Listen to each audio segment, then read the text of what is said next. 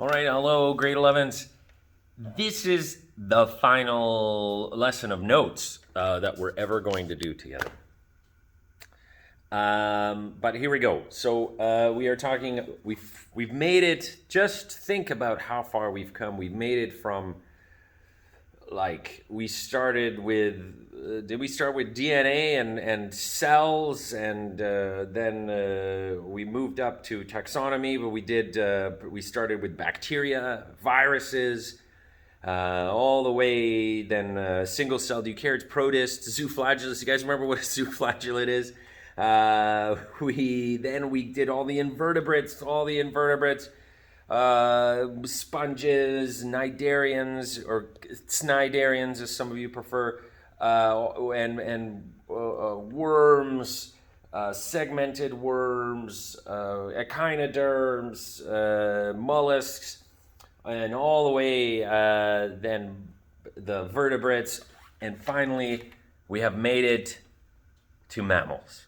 And that is the last lesson, is mammals. So all of the things are in the view of how these organisms, how they've developed, how they've adapted to life on Earth, how to survive, how to eat, especially for animals. Oh yeah, don't forget plants. We did plants too. How to eat and how to live long enough to reproduce. Those are the big jobs of animals. And the big job of plants too. Plants have adapted on how to eat and how to live long enough. There's all those adaptations that plants have come up with. So mammals, what is their adaptation? Well, mammals are running with a whole bunch of stuff. So we've got amniotic eggs at this point. Reptiles and birds have amniotic eggs. Birds have developed the ability to be endothermic, so they are able to maintain their body temperature. They kind of use their feathers to maintain their body temperature so that they can be more active. Birds have developed this four-chambered heart, which keeps oxygenated blood separate from the deoxygenated blood. Birds have developed really efficient lungs so that they can oxygenate their blood 100%. And so mammals are going to now take those things. They're going to take lungs. They're going to take amniotic eggs and amniotic fluid. They're going to take the four-chambered heart, and instead of putting them into flying, mammals can now, they've got the ability to live on land really well and move quickly, have a very fast metabolism. So they can, if a bird is coming, they can run away. If they want to catch something, they can run to it and grab it. They've got now this really efficient and an internal skeleton, a strong internal, hard internal skeleton to protect their insides. And they've taken the feathers and they've adapted them into hair. They've turned the feathers into hair. So feathers, they can use the hair now they're much better at insulating, at keeping temperature. Plus they developed some other abilities to maintain temperature, like sweating, panting. Cats sweat out of their paws, which is a really weird thing. Well, they don't sweat, they do like temperature exchange out of their paws. So when you see a cat lying down and it's got its paws out, that's because it's trying to cool down. And for reproduction, mammals' strategy is, well, why don't we have less kids? Because it takes a lot of energy, it's a lot of effort to pump out a huge amount of kids, and then it's a big waste because you pump out a huge amount of kids, and like 3/4 or 9/10 of them die because they're just like eggs or something left behind, like spiders just leave the hood. All the spiders go flying out, and most of them die. Why not have less kids and take care of the kids, feed the kids, get the kids to maturity, get them ready so that they can survive on their own. Train them, teach them.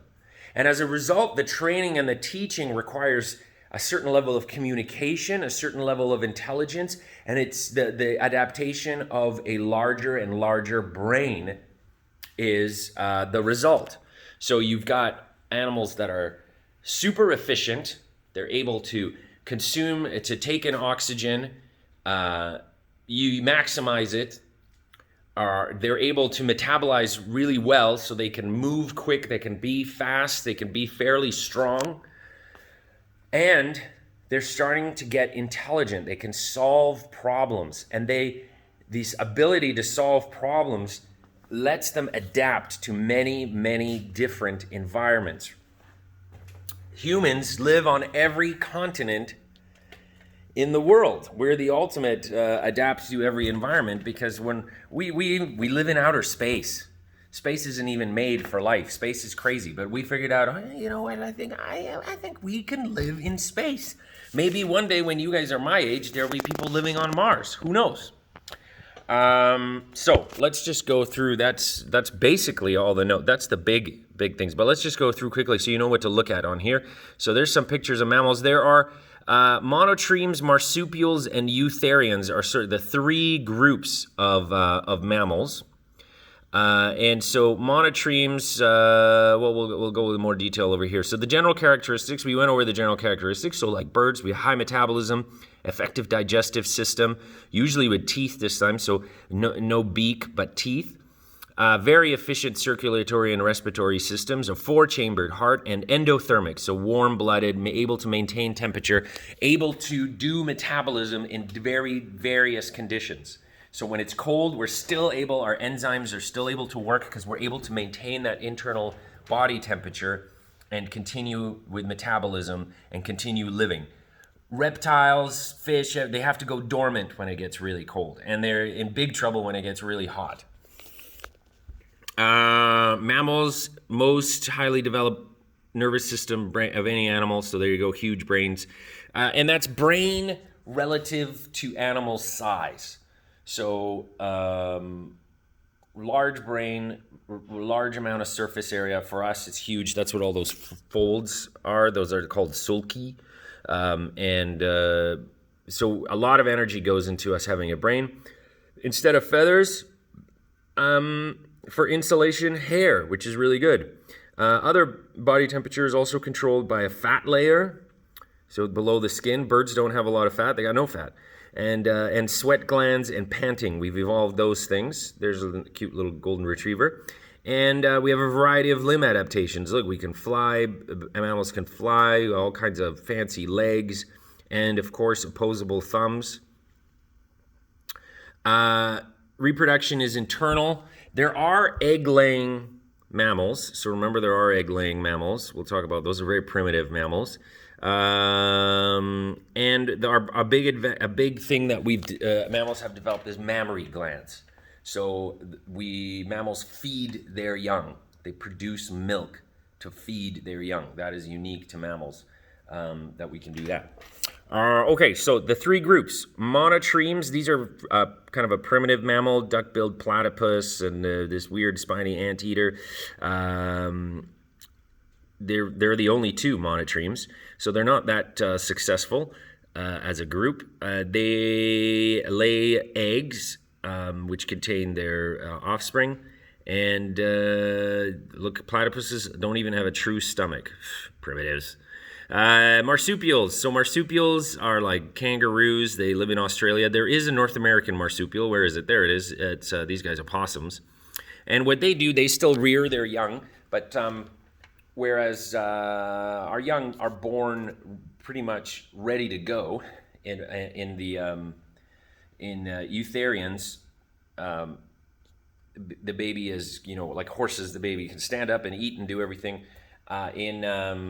In marsupials, the baby is born really tiny and really not well developed, and then it goes into the pouch. It goes into their pouch. It goes somewhere on their body, into their pouch, and develops in there, grows in the pouch.